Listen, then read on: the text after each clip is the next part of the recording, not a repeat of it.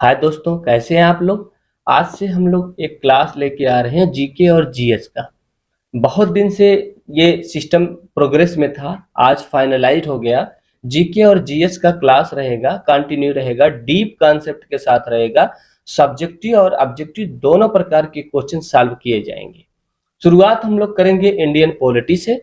और यह class special उन भाई बंधुओं के लिए लाया जा रहा है जो सिविल सर्विस एग्जाम में पार्टिसिपेट करना चाहते हैं या पार्टिसिपेट कर रहे हैं। डीप कॉन्सेप्ट होगा। आप हमारे चैनल को ज्वाइन करिए, लोगों तक शेयर करिए। और आज हम लोग देखेंगे इंडियन पॉलिटी का हिस्टोरिकल बैकग्राउंड। तो चलिए वीडियो को शुरू करते हैं।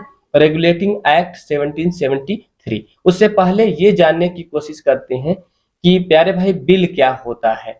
आ proposed law under consideration by legislature. कोई भी प्रपोज किया गया लॉ हो जो अभी लेजिस्लेचर उसको कंसिडरेशन में रखी हो, उसी को हम क्या बोलते हैं, बिल बोलते हैं। अब सवाल ये उठता है, एक्ट क्या होता है। अगर बिल को पार्लियामेंट द्वारा पास कर दिया जाता है तो वह एक्ट बन जाता है। तीसरे नंबर पे आता है रेगुलेशन क्या होता है। रेगुलेशन भी बिल होता है, लेकिन इसको सिर्फ प्रेसिडेंट इशू करते हैं, यानी ये आप कह सकते हैं गवर्नमेंट इशू करती है। ठीक है, आई होप आपका कॉन्सेप्ट क्लियर हो गया। अब सवाल ये उठता है, why did Britishers come to India. जो है अंग्रेज भारत क्यों आए। तो इसका उत्तर ये है कि after discovery of India and sea routes and globalisation. जैसे डिस्कवरी हो गया भारत का, ग्लोबलाइजेशन हो गया और अनेक समुद्री और स्थल मार्ग खोजे गए। इसके बाद जो है यूरोप की इकोनॉमी में अकूत वृद्धि हुआ, अकूत डेवलपमेंट हुआ, जिस वजह से प्यारे भाई हम ये देखते हैं कि वहाँ के लोग अनेक जो है ट्रेड रूट को एक्सप्लोर करने लगे। तो इसी प्रोग्रेस में इंग्लैंड भी जो है इंडिया आया। वह भी चाहता था, ऑब्वियस है कि वह भी चाहता था कि उसके देश की कंट्री भी डेवलप करे, फाइनेंस भी इंक्रीज हो। तो इस प्रोसेस में वे जो है इंडिया आए। तो जैसे इंडिया आते हैं वह ट्रेडिंग कंपनी के रूप में आते हैं। हम देखते हैं कि जो वहाँ की रानी थी क्वीन एलिजाबेथ, आप देख पा रहे हैं क्वीन एलिजाबेथ फर्स्ट है। यह सन 1600 में वहाँ की एक कंपनी थी east India company.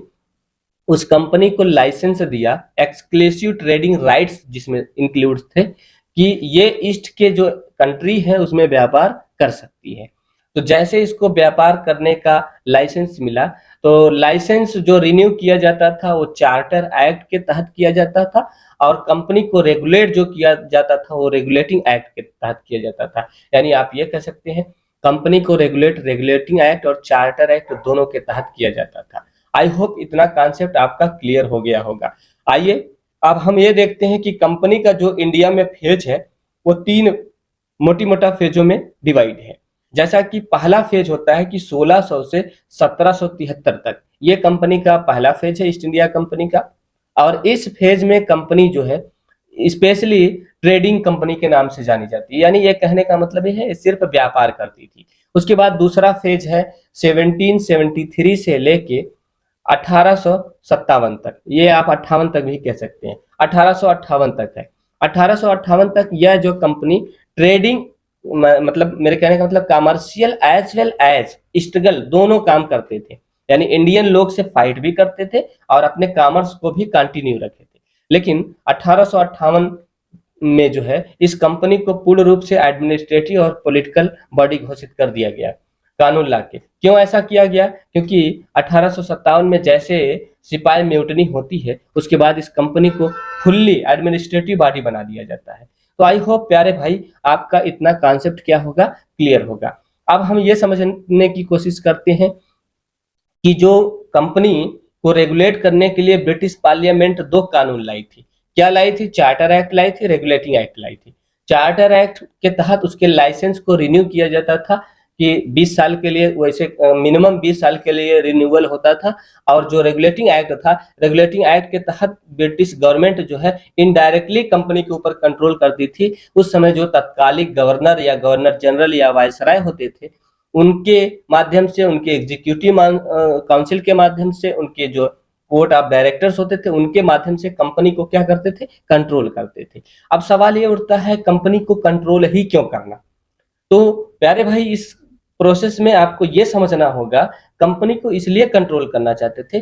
Company British की बहुत पॉपुलर कंपनी थी, बहुत समृद्ध कंपनी थी। ये कंपनी जब इंडिया में ट्रेड करती थी तो उस समय ब्रिटिश पार्लियामेंट तक को लोन देती थी, यानी ब्रिटिश सरकार को भी फाइनेंशियल सपोर्ट करती थी। लेकिन 1773 आते आते इसके जो एम्प्लॉय थे सब करप्ट हो गए, प्राइवेट ट्रेड करने लगे, यानी अपना खुद का व्यापार करने लगे कंपनी का ना करके, और पैसे सीधे अपने कंट्री भेज देते थे। उसके बाद प्राइवेट ट्रेड के साथ साथ कुछ घूस लेते थे, ब्राइब्स लेते थे, साथ साथ में ये लोग जो है जो फाइनेंशियल सिस्टम था उसका मिसयूज करते थे। उसके बाद जो है हम ये देखते हैं कंपनी लॉस में चली जाती है, और उल्टा जो कंपनी कभी गवर्नमेंट को लोन प्रोवाइड किया करती थी, आज ये कंपनी की हालत ऐसा कुछ हो गई, कंपनी ने जो है 10 लाख पाउंड यानी 10 लाख पाउंड 10 लाख पाउंड का जो है रेवेन्यू उल्टा जो है किससे ले लिया, ब्रिटिश गवर्नमेंट से ले लिया, जिससे ये गवर्नमेंट भांप ली कि कंपनी जो है अब दिवालिया हो जाएगी।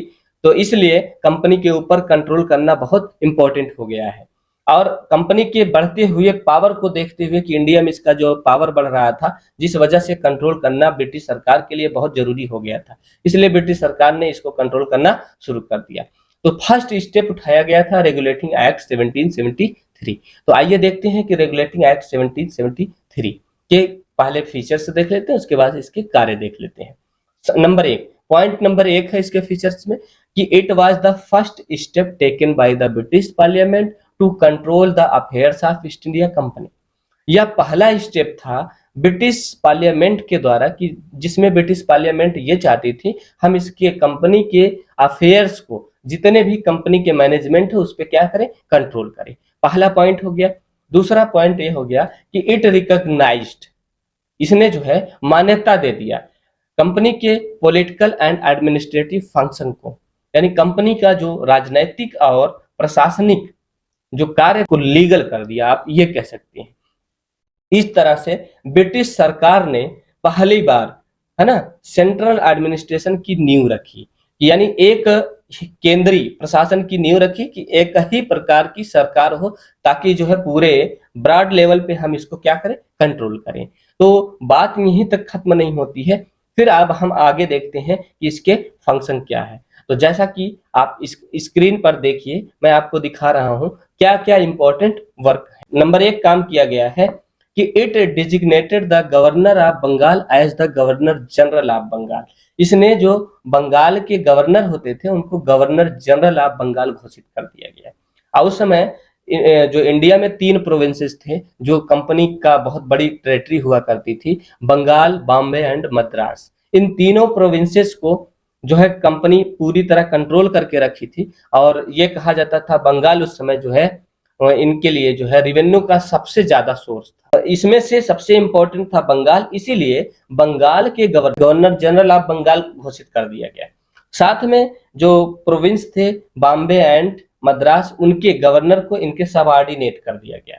अब इस गवर्नर की मदद करने के लिए एक एग्जीक्यूटिव काउंसिल बनाया गया, जिसमें 4 मेंबर थे। चारों मेंबर के नाम मैं आपको बता रहा हूं कि जॉर्ज मॉनसन थे, रिचर्ड बारवेल थे, फिलिप फ्रांसिस थे, जॉन क्लावेरिंग थे।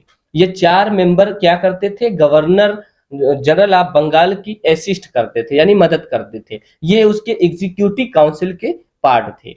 साथ साथ में एक और जो है बॉडी का कॉन्स्टिट्यूशन किया गया, यानी आप ये कह सकते हैं उस बॉडी को गठन किया गया। उस बॉडी का नाम दिया गया कोर्ट ऑफ डायरेक्टर्स। क्या नाम दिया गया, कोर्ट ऑफ डायरेक्टर्स। अब ये कोर्ट ऑफ डायरेक्टर्स में 24 मेंबर्स थे। कितने मेंबर थे, 24 मेंबर्स। 24 जो मेंबर्स थे ये स्पेशली डायरेक्शन देते थे, किसको, गवर्नर जनरल और उसकी काउंसिल को, यानी उसको डायरेक्शन देते थे, उसके लिए निर्देश इशू कर, revenue, military and civil affairs को ये कंट्रोल करते थे। आई होप इतना आपका क्लियर हो गया होगा। उसके बाद मैं आपको बताने की कोशिश करता हूं कि जो है इसके बाद पिट्स इंडिया एक्ट लाया गया था, उसमें एक और बॉडी का गठन किया गया था, उसमें नाम दिया गया था board of control. Board of control एक गवर्निंग बॉडी थी। ये भी ईस्ट इंडिया कंपनी के ऊपर जो है कंट्रोल करती थी, लेकिन हम इसको अगले एक्ट में देखेंगे। अभी देखते हैं रेगुलेटिंग एक्ट 1773।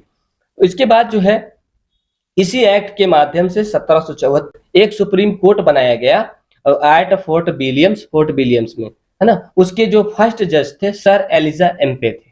उसके जो फर्स्ट जज कौन बने? Sir Elijah Impey. यानी मैं ये कहना चाहता हूं कि this act also established a supreme court at Calcutta at Fort Williams in 1774। 1774 में यानी 1774 में यह जो है एक सुप्रीम कोर्ट का गठन करता है कलकत्ता के फोर्ट विलियम में। और इसके जो प्रथम चीफ जज थे वो सर एलिजा एम्पे थे। इसके बाद इसमें एक लास्ट जो है कानून लाया गया, बहुत इंपॉर्टेंट है यह एक्ट कानून, कि इसने रेगुलेटिंग एक्ट ने जितने भी इसके एम्प्लॉय थे प्राइवेट और जितने भी इसके गवर्नमेंट एम्प्लॉय थे यानी कंपनी के खुद के एम्प्लॉय थे, उनको बैन कर दिया। किस चीज से बैन किया? यानी घूस लेने से, प्राइवेट ट्रेड से। इलीगल जो ट्रेड्स करते थे और जो ब्राइब लेते थे, परसेंट लेते थे इंडियन से, इन पे इन्होंने क्या कर दिया? बैन कर दिया। ये इन्हीं सब मॉडिफिकेशन के लिए जो है रेगुलेटिंग एक्ट 1773 लाया गया था। फिर हम आगे देखेंगे कि पिट्स इंडिया एक्ट के बाद अमेंडिंग एक्ट देखेंगे नेक्स्ट वीडियो में। तो आई होप फ्रेंड्स आपको ये बात समझ में आ गई। अगर आपको इतनी कॉन्सेप्ट क्लियर होता है तो चैनल को प्लीज लाइक करें और सभी वो सिविल जो स्टूडेंट्स हैं पार्टिसिपेट करना चाहते हैं और जो पार्टिसिपेट कर रहे हैं उन तक ये वीडियो जरूर पहुंचाएं। जय हिंद दोस्तों, मिलते हैं नेक्स्ट वीडियो में अगले कॉन्सेप्ट के साथ।